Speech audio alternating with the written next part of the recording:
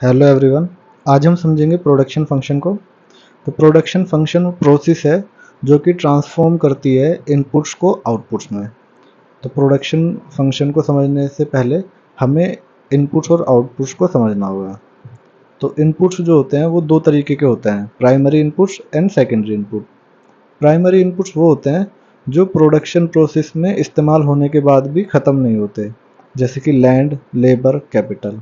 जबकि secondary inputs वो होते हैं जो प्रोडक्शन प्रोसेस में इस्तेमाल होने के बाद या तो पूरी तरीके से ख़त्म हो जाते हैं या फिर कुछ पार्ट उनका ख़त्म हो जाता है, जैसे कि नेचुरल रिसोर्सेज एंड एनर्जी। अब हम समझते हैं आउटपुट्स किस तरीके के हो सकते हैं। तो सिंगल गुड आउटपुट भी हो सकता है और मल्टीपल गुड आउटपुट भी हो सकता है। तो अगर हमारा प्रोडक्शन फंक्शन से सिंगल गुड आउटपुट जनरेट हो रहा है तो हम उसको रिप्रेजेंट करेंगे स्केलर वाई से, जैसे कि y is equal to function of x, जहाँ पे x डिनोट कर रहा है इनपुट्स को। और अगर हमारे प्रोडक्शन फंक्शन से मल्टीपल आउटपुट जनरेट हो रहे हैं तो हम उसको रिप्रेजेंट करेंगे वेक्टर y से, जहाँ पे ये जो y है ये रिप्रेजेंट कर रहा है सेट ऑफ प्रोडक्शन पॉसिबिलिटीज़ को। अब हम कुछ एग्जांपल्स देखते हैं प्रोडक्शन फंक्शन के। तो सबसे पहला एग्जांपल है linear production function with single input.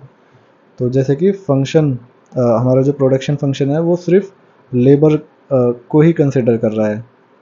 दूसरा एग्जांपल है linear production function with multiple factors, जैसे कि प्रोडक्शन फंक्शन जो कि डिफाइन है अल्फा के plus beta L plus gamma terra. तीसरा एग्जांपल है लियोनटिफ प्रोडक्शन फंक्शन, जहाँ पे प्रोडक्शन फंक्शन जो होता है वो मिनिमम होता है अल्फा के और बीटा एल का। चौथा एग्जांपल है कोप डोगलस प्रोडक्शन फंक्शन, जिसको हम रिप्रेजेंट कर सकते, इसके बहुत सारे रिप्रेजेंटेशन हो सकते हैं। तो उसका जो कांस्टेंट रिटर्न टू स्केल का रिप्रेजेंटेशन है वो हमने कंसिडर किया है, जहाँ पे capital raise to the power alpha होता है, terra raise to the power beta होता है और labour raise to the power 1 minus alpha minus beta होता है। जो टेरा है ये रिप्रेजेंट कर रहा है यूनिट ऑफ लैंड को।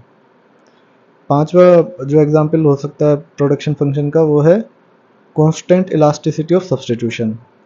तो constant elasticity of substitution production function होता है of the form alpha K raise to the power rho plus beta L raise to the power rho whole raise to the power 1 upon rho. अब हम समझते हैं कुछ properties production function की। तो सबसे पहले हम समझते हैं रिटर्न्स टू स्केल क्या होता है। तो अगर हम अपने फैक्टर्स को अल्फा प्रोपोर्शन से बढ़ाते हैं और जो हमारा आउटपुट है वो अल्फा प्रोपोर्शन से कम बढ़ता है तो हम उसको बोलेंगे डिक्रीजिंग रिटर्न्स टू स्केल। और अगर हम अपने जो फैक्टर्स हैं उनको अल्फा प्रोपोर्शन से बढ़ा रहे हैं और जो हमारा आउटपुट है वो भी अल्फा प्रोपोर्शन से बढ़ रहा है तो उसको बोलेंगे कांस्टेंट रिटर्न्स टू स्केल। और अगर हमारे फैक्टर्स अल्फा प्रोपोर्शन से बढ़ने के बाद जो हमारा आउटपुट है वो ज़्यादा हो रहा है अल्फा प्रोपोर्शन से तो उसको बोलेंगे इंक्रीजिंग रिटर्न्स टू स्केल। अब हम समझते हैं न्यू क्लासिकल प्रोडक्शन फंक्शन की क्या प्रॉपर्टीज़ हैं। तो न्यू क्लासिकल प्रोडक्शन फंक्शन की तीन प्रॉपर्टीज़ हैं। पहला, ये कांस्टेंट रिटर्न्स टू स्केल होता है, यानी कि अगर इसके सारे फैक्टर्स को हम अल्फा प्रोपोर्शन से बढ़ाएंगे तो जो हमारा आउटपुट है वो भी अल्फा प्रोपोर्शन से बढ़ जाएगा। दूसरा, इसमें positive and diminishing marginal products होते हैं। तो एफ ऑफ के जो होगा या एफ ऑफ एल जो होगा वो पॉजिटिव होगा, लेकिन डिमिनिशिंग मार्जिनल प्रोडक्ट होने की वजह से जो डबल डेरिवेटिव है विद रेस्पेक्ट टू कैपिटल या लेबर वो नेगेटिव होगा। और तीसरी प्रॉपर्टी जो new classical production function satisfy करते हैं वो है इनाडा कंडीशन, दोनों पे, लेबर पे भी और कैपिटल पे भी। इनाडा कंडीशन ये बताती है कि अगर कोई फैक्टर हमारे पास बहुत ज़्यादा एक्सिस में है तो उसकी मार्जिनल यूनिट बढ़ाने से जो प्रोडक्टिविटी है उसकी मार्जिनल यूनिट की वो बिल्कुल ज़ीरो होगी। और इसी तरीके से अगर कोई फैक्टर हमारे पास बिल्कुल नेग्लिजिबल है तो उसकी एक मार्जिनल यूनिट की जो प्रोडक्टिविटी होगी वो बहुत हाई होगी। तो अगर ये तीनों प्रॉपर्टीज सेटिस्फाई करती हैं तो हम उस प्रोडक्शन फंक्शन को न्यू क्लासिकल प्रोडक्शन फंक्शन कह सकते हैं। अब हम समझते हैं आइसोकोन्स क्या होता है। तो आइसोकोन्स जो है वो बताते हैं उस कॉम्बिनेशन को फैक्टर्स के जो कि एक fixed level of output generate कर रहा है। ये सिमिलर है इंडिफरेंस कर्व के।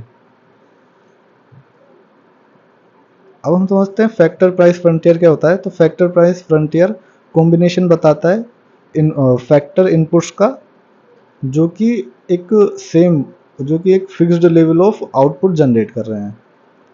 और ये फैक्टर प्राइस फ्रंटियर जो होता है ये ड्यूल है आइसोक्वांट का। Thank you.